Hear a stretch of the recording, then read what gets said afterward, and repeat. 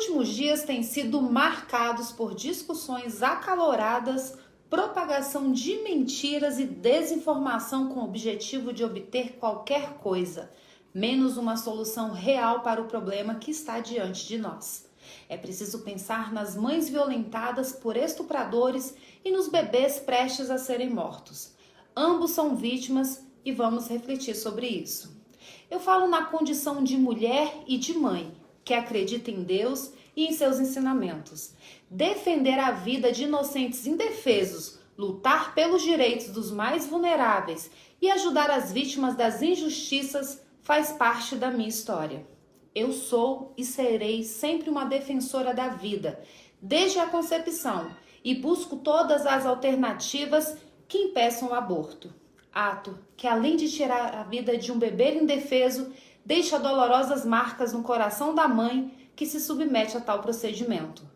Por outro lado, também como mulher e mãe, defendo a condição da mulher, pois me coloco no lugar das vítimas e, por mais que seja difícil imaginarmos, consigo compreender o imenso sofrimento que se passa no coração de uma mulher violentada por um estuprador. É importante lembrar que esse sofrimento é ainda maior quando a vítima é uma menina, uma criança. O estupro é um crime bárbaro que fere profundamente a vítima. E a sua situação fica ainda mais dolorosa quando a mulher engravida e o aborto passa a ser cogitado. O sofrimento não é só físico, ele atinge a alma e a dilacera.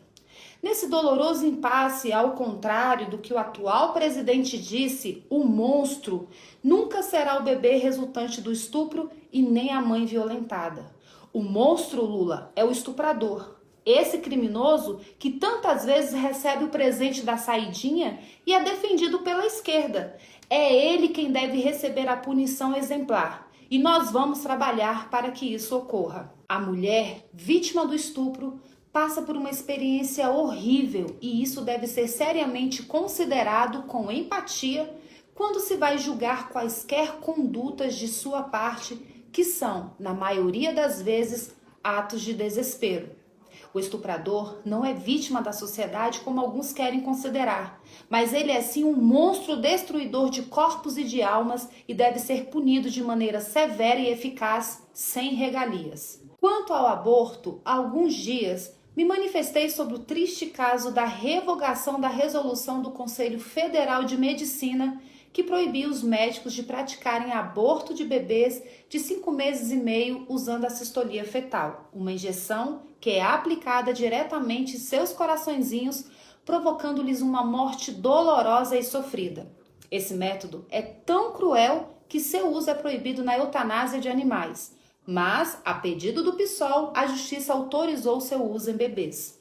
Os médicos fazem um juramento de sempre zelar pela vida das pessoas. E o CFM, que representa a ciência e é garantidor da ética dos médicos, determinou que esses profissionais não poderiam fazer a cistolia fetal em bebês com mais de 5 meses e meio, pois além de ser um método cruel, o procedimento para a retirada dessa criança já seria um pré-parto. Ou seja, mesmo com o bebê morto, a mãe precisará passar pelas dores, sofrimentos e complicações de um parto para retirá-lo.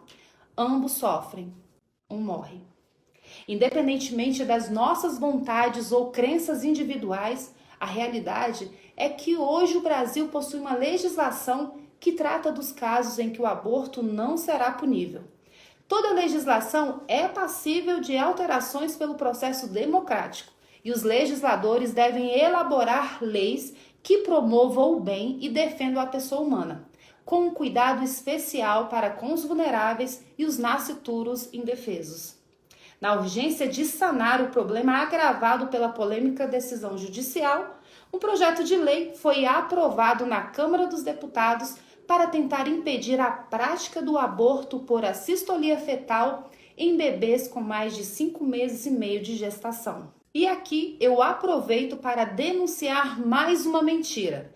Em nenhum momento o projeto apresentado pune a conduta de meninas menores de 18 anos, até porque no Brasil as crianças e adolescentes não podem receber esse tipo de punição.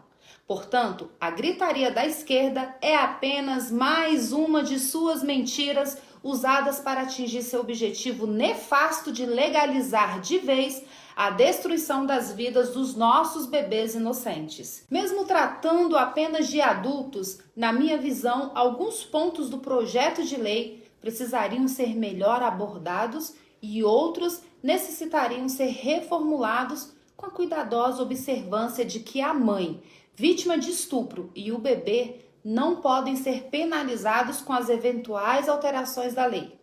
Os legisladores devem encontrar formas de impedir o aborto, punindo o aborteiro e sem penalizar a mulher que foi vítima de estupro e engravidou por causa dessa barbaridade. Diante disso, conversarei com o deputado Sóstenes e outros parlamentares para apresentar algumas sugestões e firmar alguns posicionamentos. Por exemplo, 1. Queremos punição severa para estupradores com aumento das penas mínima e máxima. O cumprimento integral da pena, sem progressão de regime, sem saidinhas, salvo se, depois de cumprir 2/3 da pena, o criminoso se submeterá à castração química. Com isso, acreditamos que o número de estupros será reduzido drasticamente. Consequentemente, não se pensará em matar bebês por esse motivo e todos ficarão mais seguros. 2. Não se punirá a mãe, seja ela criança ou adulta, que tenha sido vítima de estupro. Queremos prender o estuprador e, para ajudar na prisão do criminoso, o estupro deverá ser comprovado por meio de boletim de ocorrência ou outros procedimentos policiais que os parlamentares julgarem compatíveis. Lembrando que até 2005 era necessária a apresentação do boletim de ocorrência para a realização do procedimento, mas o governo abortista do PT revogou essa medida. O registro de BO dará início à investigação que aumentará as chances de prisão dos estupradores para que eles paguem por seus graves crimes. 3. Responderão pelo crime todas as pessoas, exceto a mãe vítima de estupro, que contribuírem ou realizarem o aborto de bebês com mais de 5 meses e meio às 22 semanas de gestação.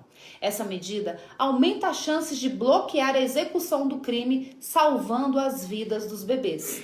Eu quero deixar claro que não estamos atacando a classe médica. Ao contrário, nós os admiramos e consideramos que eles são um presente de Deus para nós. Contudo, considerando que o próprio CFM, instituição baseada na ciência e na ética, proibiu esse tipo de aborto por considerá-lo uma prática cruel, incompatível e antiética, somente aqueles que não respeitem essa prescrição e insistam em praticar o crime é que poderão ser punidos.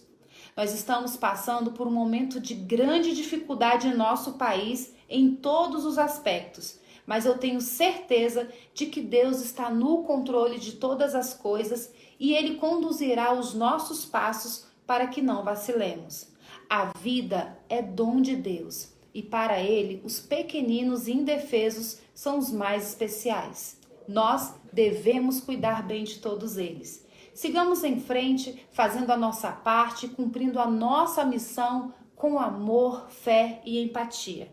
Que Deus te abençoe, que Ele abençoe os nossos pequeninos e suas mamães e que Deus abençoe o nosso amado Brasil. Poder Monitor, a ferramenta mais completa para monitorar os 3 poderes. Acesse agora poder.cc/monitor e ganhe 30 dias grátis.